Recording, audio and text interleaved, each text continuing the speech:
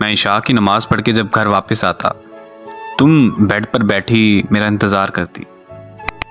मैं तुम्हें देखकर मुस्कुरा देता और सलाम करता, फिर तुम्हारी आगोश में आकर बैठ जाता।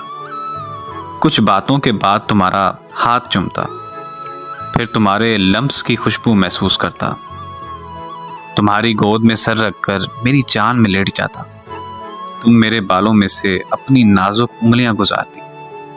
सुकून और नशे में मदहोश तुम्हारा दूसरा हाथ चूम कर अपने कलेजे से लगाता। तुम हंसती और कहती, आप भी ना बस।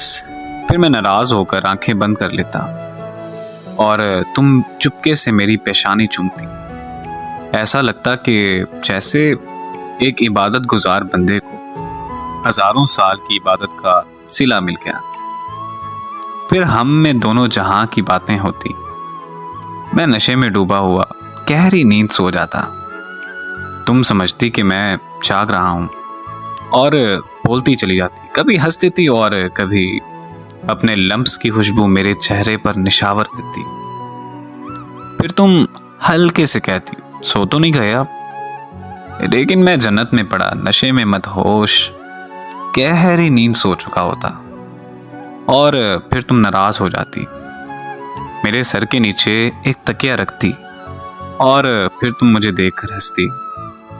एक बार फिर से तुम मेरी पेशानी चूमती और मेरे आगोश में लेट जाती। एक हसीन सुबह हमारे इंतजार में होती।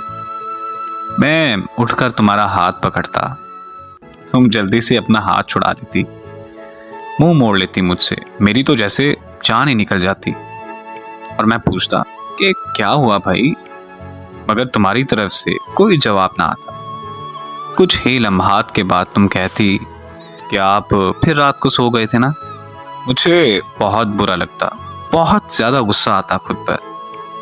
तुमसे माजरत करता लेकिन तुम नहीं मानती। तुम्हें मनाने के हजार जतन करता, कभी शायरी सुनाता और कभी तुम्हारी पसंद का गाना गुनगुनाता। फिर मेरी जान तुम हंस देती तो जैसे कि एक खाक में जान आ जाती। अचानक तुम आंखों में आंसू भर लाती और मेरे सीने से लगकर रोने लगती और मुझसे कहती कि मुझे अच्छा नहीं लगता आपसे नाराज होना, लेकिन आप भी तो ख्याल किया करें ना। और फिर मैं तुम्हें अपनी बाहों में भर लेता